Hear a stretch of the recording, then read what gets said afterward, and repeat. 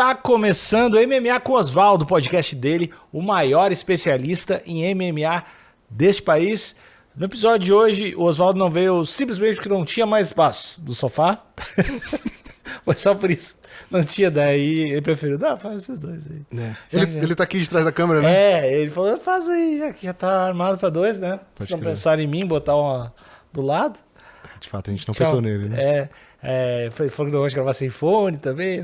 Aí, ele falou falou tocando aí. Dois estagiários.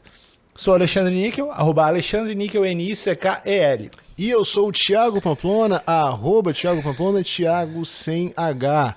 Nosso primeiro episódio nesse cenário. Que não vai ser o nosso cenário. Não vai ser o nosso cenário, mas estamos testando cenários. A gente pegou emprestado esse cenário, na verdade. Isso. Do Imagina Juntos da Gravadora. A gente só botou essa placa aqui.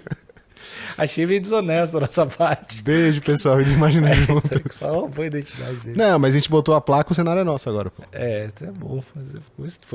Enfim, qual é o tema de hoje? Hoje a gente vai falar sobre os lutadores que tiveram as almas roubadas depois de batalhas sangrentas. Pô, eu quero, antes do episódio começar, o que te tira a alma?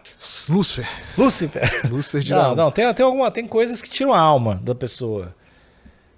A gente tem que primeiro, o que é tirar a alma, né? A gente vai pra tirar a alma é filosofia. eu acho que é te deixar sem vida.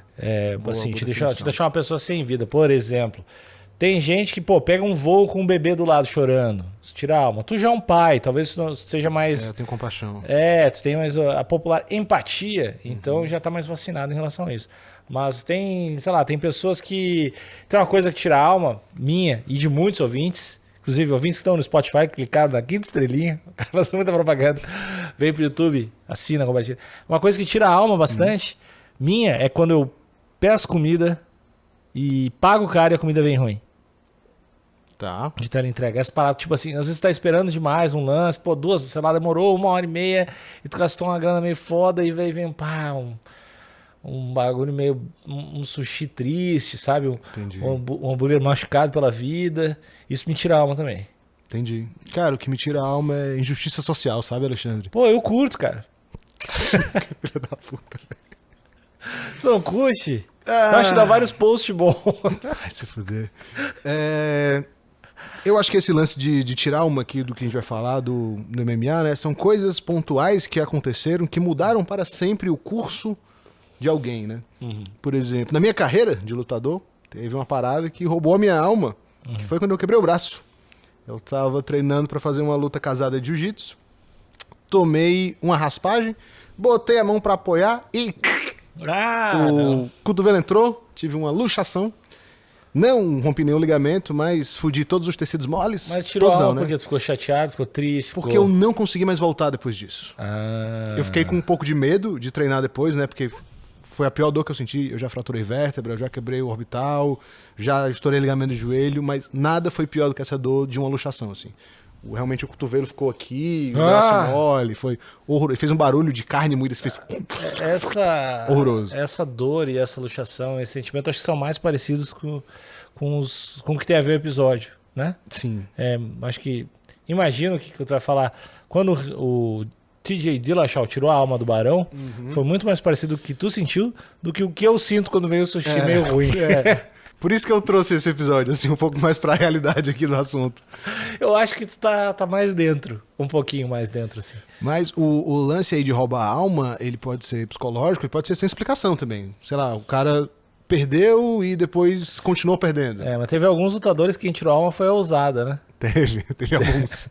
Teve alguns vários. Vários ali. Não vamos falar do Belfort, né? Mas teve alguns vários. Cara, não também dentro de usado e tal, mas eu acho que tem um que não tá na lista aí. Mas agora eu tô falando, eu me lembro do Rampage lutando contra o John Jones.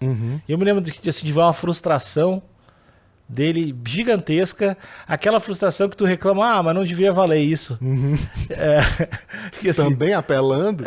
E aí depois ele também não que ele tivesse ainda muitos anos de carreira no auge físico, mas depois daquilo foi só tristeza. Né? O John Jones, ele meio que aposentou uma galera, né? Assim, ele tirou a vida de uma galera. Mas a maioria tá aposentado realmente, né? Poucos estão em atividade. Mas e a lista? Primeiro aqui da nossa lista é o Tony Ferguson pós Justin Gaethje. essa luta foi uma luta interrompida pelo... assim, tava de pé ainda, né? Tava. Acho que foi uma das primeiras vezes que o Tony Ferguson tomou um nocaute técnico, né? Porque, tipo assim, ele não tava nocauteado no chão, tá ligado? Ele só não conseguia mais lutar, mas ainda estava tentando. E aí o árbitro prezou pela vida dele, interrupção justa, e interrompeu a luta, né? E aí depois dessa derrota, ele perdeu pro Charles, que não sei como o braço dele não quebrou naquela luta. Aí ele perdeu pro Dariush, perdeu pro Chandler e perdeu a última pro Nate Diaz. Então depois dessa surra que ele tomou do Gate, ele não venceu mais nenhuma. E o Gate interrompeu aí uma sequência de, sei lá, 11 vitórias que ele tava. Eu acho uma luta que ele também... A frustração e a perda da alma vem muito da luta durar bastante e o cara não se achar e todas as armas dele ser neutralizadas. Acho que vem disso, né? Porque assim, ele não tinha o que fazer nessa luta, assim, não tinha nada que ele tava fazendo que tava dando certo, assim. Eu acho que tem muito... O tirar a alma também é quando o outro cara não tem medo do cara, né? A impressão que eu tive é que o Justin Gaethje talvez não... Não respeitou, né? Não respeitou, venceu, não tinha nada que o outro cara conseguisse fazer. Não era uma questão de corrigir um game plan em 6 meses e voltar. Só realmente o cara foi muito melhor. E o cara apanhou muito. E ponto pro juiz por ter interrompido a luta. Até podia ter interrompido antes. No caso do Ferguson, talvez seja... Ele assim, é louco também, tem isso? E eu acho que o ladeira abaixo dele veio muito rápido, né? Ele tava... Porque geralmente você tá subindo, e aí você vai descendo devagarzinho. O dele, ele desceu de uma vez. E talvez isso tenha a ver com o tanto de dano que ele acumulou da vida toda, né? E aí... Treinando que nem um idiota. Treinando que nem um idiota, trocando porrada e tomando knockdown e indo pra porrada sempre. Talvez, assim, o pós-auge dele veio... A ladeira tava muito inclinada pra baixo, tá ligado? Talvez foi isso. Porque, assim, o do Anderson, ele não foi de uma vez, né? Ele foi perdendo, mas, por exemplo, perdeu pro Bisping numa luta que ele ganhou. Aí venceu o Nick, mas teve o lance do doping. Primeiro venceu o Nick, na verdade. E aí ele foi perdendo e... Aí ganhava uma do Derek Bronson, daí Aí perdeu uma luta equilibrada com a Adesanya. Aí, sabe, não foi ladeira abaixo. O dele foi gradativo. E aí terminou no fundo do poço perdendo pro Jake Paul. Que foi foda. Próximo aqui da lista é o querido Cody Garbrandt contra o TJ Dillashaw. O Cody, mas o Cody também, tu acha que ele tirou um pouco a vida do Dominic? O Cody, acho que ele deu uma sugada na alma do Dominic. Porque eu acho que aquele momento que o Cody deu um knockdown no Dominic, fez assim, eu acho que ali ele sugou um pouquinho, assim. As dancinhas também. As dancinhas e o nível de esquiva bizarro, assim. Parece que ele teve... Não que ele não tenha em outras lutas, mas naquela luta tava diferente, assim. Tinha uma parada. Mas você tava falando do Dillashaw, né? Mas ainda no Dominic Cruz, eu acho que o que foi mais foda pro Dominic foi o lance que foi no jogo dele, né? Foi no bom dele. O Dominic Cruz, que é esse cara de bailar, de movimentar muito e tal, e o Cody Garbrandt fez isso contra ele, né? Então eu acho que isso dá uma mexida ainda mais assim, como psicológico. Caralho, o cara me venceu no bagulho que eu sou o melhor. Aí isso deve dar uma mexida, assim, no psicológico do cara. O Dominic ainda teve lutou pelo cinturão ainda depois, mas dá pra dizer que perdeu um pouquinho da alma. Mas o Dillashaw ali, ele tava no doping. Tava. Mas eles quase sempre tava, né? Tem isso também. E o Dominic Cruz, eu acho que o que tirou a alma dele um pouco antes também foi o lance das lesões. Ele já vinha castigado de várias lesões antes de tomar aquele pau do Cody, né? Ele não tinha joelhinho de margarina, né? Joelhinho frágil. E aí o Cody deu esse show contra o Dominic Cruz, fez a primeira luta contra o Dillashaw, que treinavam juntos, né? E aí teve toda aquela treta de ex-amigos e tal, que se odeiam agora. Cobra na grama. E aí, pá, o TJ nocauteou ele, rolou a revanche, TJ nocauteou de novo, lutou contra o Pedro Munhoz depois. Tem aquela foto clássica do TJ gritando na cara do Dominic Cruz, né? Desculpa. Do Dillashaw. Não, tá difícil. Eu vou deixar Me você... ajuda aí. Vou deixar você conseguir. O Cody Garbrandt gritando na cara do... Caralho! Dillashaw gritando na cara do Cody Garbrandt. Isso, meu garoto. Sabia. Edita essa. Não, pode deixar aí na íntegra. E aí depois do Dillashaw teve Pedrinho Munhoz, que nocauteou ele. Aí ele lutou com o Rafael Assunção. Tava perdendo pro Rafael Assunção. E aí ele apertou o botão especial. Carregou o especial, jogou, pegou, nocauteou. Aí perdeu duas. Perdeu pro Robbie Fonte e pro Kai France. E agora retomou o caminho das vitórias. Foi na semana passada, eu acho. Acho que não tá definitivamente sem alma, né? Não tá. Ele tá tentando voltar. Porque ele é jovem e tal. Eu acho que também pela alma ter sido roubada com doping, tem um desconto, a alma volta. Mas é porque foi muito roubada, velho. Tipo, das últimas 6 lutas, ele... Antes dessa que ele venceu, né? Das últimas 6 lutas ele tinha vencido só uma. E foi numa luta que ele tava perdendo, tava sendo dominado e acertou uma mão maluca, assim. Então... Não vem numa sequência boa. Não vem numa sequência boa. O outro aqui da nossa lista, cujo as almas foram roubadas, ou cujas almas foram roubadas. As almas foram roubadas? Vamos usar o quê? Kevin Gastelum pós Israel Adesanya. Essa aí eu não sei. O ouvinte que está no YouTube, por favor, comenta aí e aproveita e assina o canal e clica no sininho. Eu não sei, cara, porque o Kevin Gastelum, ele tem a impressão que ele... Eu não sei, cara, ele não perdeu a alma assim ainda. Bicho, depois do Adesanya, ele fez 5 lutas e só venceu uma. Contra um cara completamente desconhecido. Eu acho que é o... Tipo Darren Till pra mim. Tem muitas derrotas, mas eu tenho a impressão que não. E que ele tá lá ainda. E que é só, não, perdeu uma aqui, não, deixa quieto, não sei o que. Tava mal. Não sei.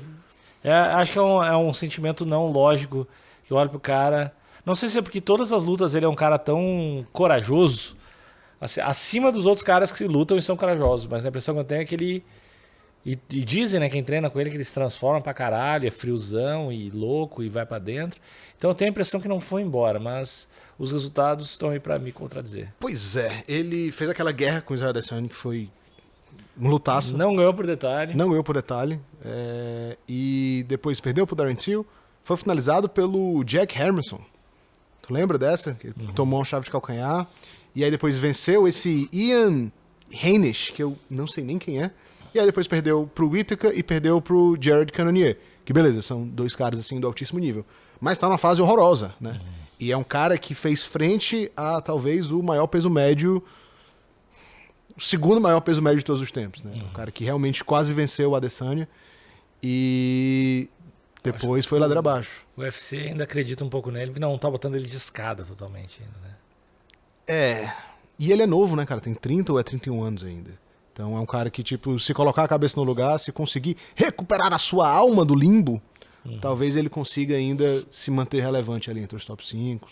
Se pá, até uma corrida pelo cinturão. O fora também é que ele é muito pequeno para 8'4", né? Que é preguiça de cortar peso, né? Preguiça de cortar peso. Ele era para ser 7'7". E ele não é alto também, né? Então... aí também não te ajuda, né? Ele... Quer diminuir um pouquinho em nhoque, e aí é complicado.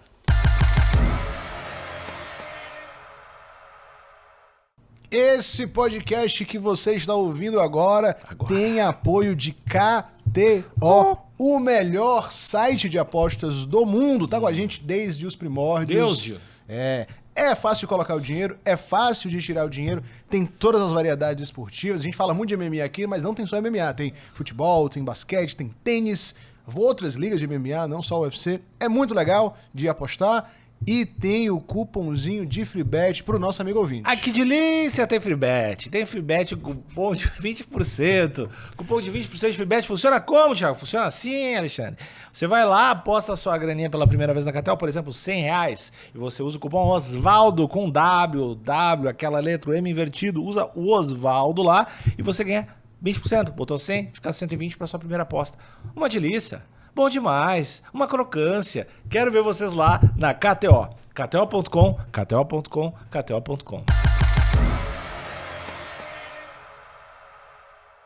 E aí o outro aqui da lista é o queridíssimo Dominic Reyes.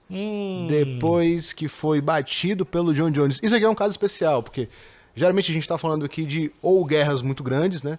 Tipo assim, que realmente fisicamente te tomaram alguma coisa, ou de surras que você tomou. Tipo, Cody Garbrandt com o Dillashaw, qual foi os outros que a gente falou? O Barão. Não sei se o Barão tá aí, né? Não falou ainda do Barão. Ferguson contra o Gate. Essa luta do Dominic Reyes com o John Jones não foi uma surra, né? Ele não tomou uma surra. Também não foi uma guerra, tipo knockdown pra todos os lados. John Jones venceu numa decisão... Muita gente disse que o Dominic ganhou. Foi uma decisão até contestada, assim. Mas depois disso, o homem se acabou. Nunca mais conseguiu... Não, e se acabou bem. Só nocaute bonito, tomou nocaute mais nocaute. E o pior, ele me deu a esperança ainda. Isso que me machuca. Porque ele tava fazendo camp com a equipe com Glover, com Poatan. E aí tu via, não, agora eu tô trabalhando mais na minha defesa. A próxima tomou um nocaute, assim, ele tomou um nocaute muito rápido, assim. Então, primeiro round, de novo. Depois que ele perdeu pro John Jones, ele perdeu pro Blachowicz, que beleza, foi o cara que foi campeão. Aí depois ele perdeu pro Hiri Prochaska. Beleza que foi o cara que foi campeão também. Mas depois ele perdeu pro Ryan Spann, velho. E todos os nocautes, assim, bizarros. No primeiro ou no segundo round. Então, é foda, né? Porque todos esses caras que a gente tá falando, os caras que estão muito bem. Os caras tá ali no primeiro, segundo, terceiro, tá super bem no ranking. Campeão, não é campeão. E aí, pra te recuperar, tu vai estar contra o terceiro melhor do mundo, né? Sei lá. Então não é, às vezes... Não é tão fácil, né? Tu pega na sequência um cara que vai ser campeão, o outro que foi campeão, e às vezes pra te voltar é foda, né? Talvez se tivesse como... É que o UFC não tem muito disso, né? Acho que o boxe talvez tenha mais, de fazer aquela luta meio de passar, de pegar uma luta um pouco mais fácil logo na sequência pra recuperar confiança e tal. O UFC tem isso com quem ele quer recuperar, né? Tipo quem? Quem foi que o Shannon O'Malley pegou depois que ele perdeu pro Vera? Tominhas, velho. Não foi Tominhas? Tominhas também vindo de uma fase ruim, né? Mas não é, acho que não é um... Não é um galinha morta, mas era uma luta claramente... Tipo, o cara que lutou depois, o português Montinho. Essa é uma luta de recuperação. Essa é uma luta de recuperação. Então, mas assim, o Tominhas já não era o Tominhas mais, né? Então, com quem o UFC quer trabalhar, mas eles fazem isso. Eu acho que o UFC não faz isso, cara. Não em quem tá em cima. Não em quem tá no top 5. Acho que quando o cara é campeão, ou vice-campeão, ou terceiro, e perde, dificilmente ele vai pegar um 15º. Até porque ele não vai querer. De fato.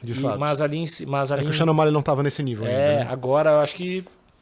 Acho que agora o Shannon O'Malley vai pra cima. Acho que vai disputar o cinturão, algo menos. Aí não vai ser. Se ele perder, não vai... Eles não vão botar um montinho de novo pra ele. Lá. Tem um aqui que não tá na lista, mas que é recente. O Peter Yan também, né? Perdeu pro Aljamain Sterling, aí depois perdeu de novo pro Aljamain Sterling, aí depois perdeu pro Shannon O'Malley e agora perdeu pro Merab. E a primeira derrota foi aquela ilegal, né? Que ele tava... Foi, que ele tava benzão. E o pessoal achou, na revanche, inclusive, que já tava ganho, né? Que o Peter Yan ia passar por cima do cara. Mas é aquele cara que perde e continuando competitivo, né? Porque teve alguns que a gente falou aí, que o cara perdeu e na sequência, por exemplo, esse que a gente estava falando agora, o Dominic Reyes, as derrotas, não que ele não é competitivo, né? Mas é aquelas derrotas de nocaute... De nocaute muito feio, né? De nocaute muito feio. E eu acho que isso vai acumulando também, né? Cada nocautão que você toma vai deixando seu corpo mais frágil. Cada concussão severa tira um pouquinho ali da resistência do teu corpo, né? Porque eu estava até estudando isso recentemente, assim, sobre o lance do por que o corpo desliga no nocaute, né? Então o corpo vai acostumando a desligar mais rápido quando ele está mais traumatizado. Tipo assim, um cara que tomou muito knockdown na carreira, a tendência é que ele fique mais frágil, porque o corpo quer poupar ele, né? Ele sabe que aquilo ali acontece, então o corpo vai desligando cada vez mais rápido. Então toda vez que tu toma um knockoutão, toda vez que tu toma um knockdown na academia, diferente do que muita gente acredita, você não fica mais duro, você fica mais frágil. Se tá numa academia e acredita nisso, sai dela agora. Ou você é muito burro. Saia. Ou burra também. Mas isso é bem mais comum do que a gente imagina. E aí, o próximo aqui da lista é o nosso querido Anderson Silva, que teve a sua alma sugada pelo Chris Weidman, que pouco tempo depois teve sua alma sugada também. Eu não sei se eu concordo tanto, porque eu acho que foi uma decadência, não foi... Eu acho que pra sugar a alma, tu tem que emendar logo na sequência muitas e muitas derrotas. E o Anderson Silva teve algumas derrotas, mas ele... Pós-Bisping, quem é que ele ganhou pós-Bisping? Cara, pós-Bisping ele pegou aquela luta com o Cormier. Tá. E aí tudo bem, essa não entra aí, ele até foi bem na É luta. uma vitória perdendo. Aí ele venceu aquela luta do Derek Brunson, e aí depois perdeu pro Adesanya, Então, pro Cannonier e pro Aí, Raul. nessa fase, quando ele perdeu pro Cormier, ele tava com muita moral. E ele Ainda tava com moral. E na sequência ele acabou ganhando o Derek Bronson. Foi no momento que tava meio em dúvida sobre esse peso, que tinha gente falando em disputar o cinturão de novo, cara.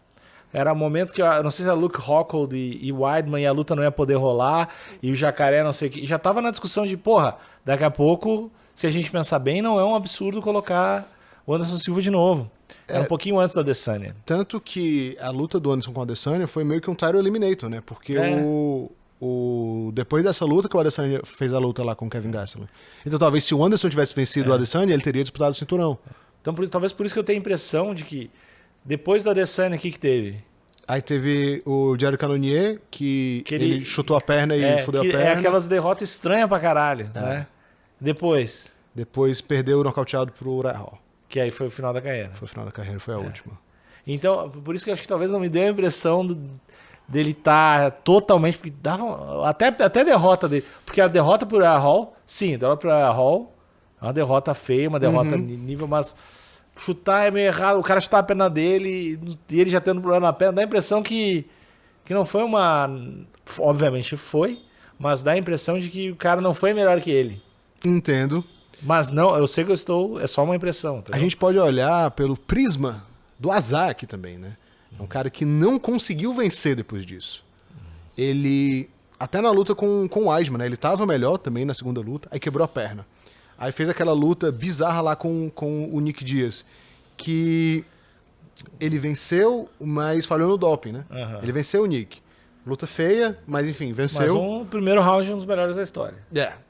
Com direito a deitada no chão, né? Pelo amor de Deus. E aí depois ele lutou com o Bisping, que ele nocauteou o Bisping. E ele era pra ter vencido aquela luta por nocaute, mas deu aquela confusão. E aí acabou perdendo na decisão. E aí, tipo assim, até ele ainda tava bem, né? Ele tava vencendo, mas não conseguiu vencer no papel. Mas é estranho, né? E aí depois pega a luta com o Cormier, tipo, pra salvar o maior UFC até então, que foi o UFC 200. Que foi a primeira vez que o John Jones falhou lá no doping pra trilogia com o Cormier. Pegou a luta em cima, quase nocauteou o Cormier, deu com aquele chutinho na barriga. Aí depois vence o Derek Brunson, faz um lutão com o Adesanya, passa o bastão pro Adesanya. Então, pra mim, ele tá nessa... Pra mim, uma história, uma timeline meio parecida assim, o cara, pô, na verdade, o cara acumulou várias derrotas. Mas aí tu pensa, é meio Masvidal, meio Nate Diaz, que o cara tem tanto crédito, fez tanta coisa foda, tem uns highlights, que mesmo se tu olhar, pô, o cartel do cara não faz sentido, né? Que se tu monta os highlights dessa luta, olha o highlight da luta com o Chris Weidman, aí bota só os melhores momentos do antes. Olha o highlight da luta com o Nick, com o Bisping, com o Cormier, e fica parecendo, caralho, ele terminou a carreira benzão. Mas se tu olha aqui o Sherdog, o Tapology, vermelho tá tudo vermelho. Tá tudo vermelho. Então, assim... Não acho que roubou a alma, cara. Tá. Não acho que roubou a alma. Eu acho que se a gente olhar por esse prisma, talvez do azar, de não ter conseguido vencer, pode ser. Mas realmente não foi um cara que a performance caiu abruptamente, como o Ferguson. É realmente um cara que manteve o alto nível, mas que simplesmente não conseguiu vencer. E aí realmente teve azar, machucou a perna 2 vezes. Foi roubado, né? Dá pra dizer isso, foi roubado contra o Bisping. Falhou no antidoping, que eu nem sei do que foi, mas ele ficou pouco tempo no antidoping. Ele falou que eram uns Viagra tailandeses com de pau duro. É verdade, teve uma parada dessa. Mas, enfim, vai saber. Azar. Anderson Silva teve a alma roubada pelo azar, não pelo Chris Weidman. E o outro aqui da lista é o Renan Barão contra o TJ Dillashaw. Esse aí é o principal, né? Esse é o último, não é? Tem mais um aqui. Não, mas esse aí deveria ser o último, porque é o principal, porque é o cara que estava na semana, a galera dizendo que ele era talvez o pound for pound, e depois o cara emendou uma fase gigantesca de dificuldades, né? De derrotas inexplicáveis, assim. Derrotas inexplicáveis. Para um cara que era tão bom, que esse parece que aconteceu alguma coisa. E aí a gente fica se perguntando o quê? Cara, eu acho que é uma parada psicológica mesmo. Eu acho que é uma parada de tipo, meu Deus, eu não sou tão bom quanto eu achava. Também, né, que a galera fala. Mas ele perdeu muita decisão também depois, né? Não foi que nem o Dominic Reyes, que foi nocauteado várias vezes, tá ligado? Ó, o histórico dele aqui perdeu pro Dillashaw, na luta que ele era muito favorito, aí lutou com Mitch Gagnon, que eu nem sei quem é, no no UFC Ganhou. Barueri. Ganhou. Aí voltou pro Dillashaw, tomou outro pau, foi nocauteado de novo. Aí depois perdeu. Que os dois foram horríveis. Foram né? horríveis. Foi tipo assim, tu bater em mim. É tipo, o lance é a mesma, não é o mesmo nível de esporte. Assim. Foi adulto batendo em criança. É. Foi um negócio desse. E aí depois ele aí perdeu pro Jeremy Stephens. Aí teve uma luta, que eu me lembro dessa luta, contra o Felipe Nover, que foi uma luta bem mais ou menos, que ele venceu na decisão. E aí depois emendou só a derrota. Perdeu pro Aljamain Sterling, quando o Aljamain Sterling não era o Aljamain Sterling. Perdeu pro Brian Gallagher, Andrew Yu, Luke Sanders e pro Douglas Silva de Andrade, na última dele. E aí, e depois disso, eu fiquei sabendo de algumas notícias que ele assinou com alguns eventos. Ele assinou com Taura, ele assinou com Ares. Que é um da Itália, tem um da Itália. O da Itália eu acho que é o da França, que é o Ares. Ares. Enfim, ele assinou com alguns eventos e nunca lutou. E a galera que eu conheci falava que ele é um cara muito difícil assim, de lidar. Um cara que sempre saía da luta na última hora. Então é um cara que realmente aconteceu alguma parada assim com ele. Ele se acabou não só esportivamente, sabe? Ficou... Que é meio triste. Pô, triste pra caralho. Eu tinha visto, achei que ele tava trampando. Acho que ele tem uma academia, ou tava dando aula de jiu-jitsu, ou talvez virou coach também. Eu não sei qual é que é do cara, mas ele. Eu ouvi falar que ele ainda tem muita moral lá no Rio Grande do Norte, né? A galera respeita muito ele. O cara foi campeão da UFC, né? Então, alguma coisa. No mínimo, esse cara sabe muito. Tipo assim, de técnica e o caralho. Não tem como não saber. Tem como ter sido campeão sendo burrão numa categoria meio leve, né? Então, tem alguma coisa pra. Mas essa é meio triste só porque a galera curtia muito ele, né? Um cara bom pra caralho. Ele era muito bom, cara. É impressionante, assim. O que ele fez com Eddie Wineland, com Uriah Faber, e o que ele sofreu pro Dillashaw, assim, realmente parece outro lutador, né? E não me parece que é só uma parada de jogo que não casou. Porque se fosse, ele teria vencido o resto da galera. Realmente aconteceu alguma coisa que a performance dele foi pro caralho. Né? Porque realmente tem isso, assim, de estilo de luta. É muito comum isso na academia. Tem um cara que eu amasso, e aí esse cara amassa um cara que me amassa. Tá ligado? Porque assim, o jogo não casa. Tem um cara que, tecnicamente, você sabe que não é tão bom quanto você, mas não tem jogo com esse cara, tá ligado? É muito foda isso. É muito foda. E acho que não foi isso que aconteceu com o Barão. Eu acho que ele realmente caiu em performance. Uma pena. Só é muito triste esse episódio hoje. Triste, né, cara? O clima foi lá pra baixo. E a última aqui, talvez uma das mais impactantes no MMA, mais do que Renan Barão, eu diria, foi o da Ronda Rousey. Ronda Rousey pós Holly Holm.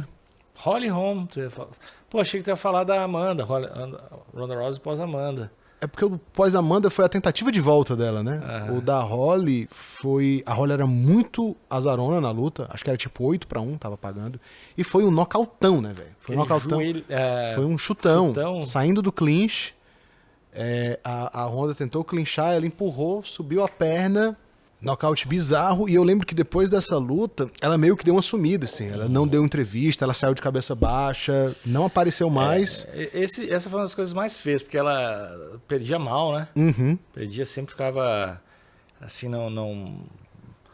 Parece sempre não aceitar, ficava braba, mas do jeito não legal. Porque tem o cara ficar brabo e tentar lá vencer de novo, mas era meio uma pessoa amargurada em relação a isso, assim. Tem um documentário, né, que conta a história dela, da relação com o pai dela e tal. Tretas e mais tretas. Tretas e mais tretas. Esse é o nome do documentário. Mas ela tentou depois com a Amanda. Depois tentou com a Amanda, tomou outro pau rápido. Foi menos de 1 minuto do primeiro round, foi nocauteada de novo. E aí eu acho que foi alma roubada seguida de alma roubada. Só um né? restinho, né? O restinho que tinha, a Amanda tirou. E aí ela não precisou de muitas lutas, né? Pra realmente encerrar, assim. Ver que, não, isso aqui não dá mais pra mim. Não consigo perder. Perder uma parada que não dá pra mim. E aí foi pro WWE, né? E você, ouvinte? Já teve alma roubada? Se sim, deixe nos comentários como a sua alma foi roubada. Muito obrigado pela audiência. Um beijo. Tchau, Valeu. tchau.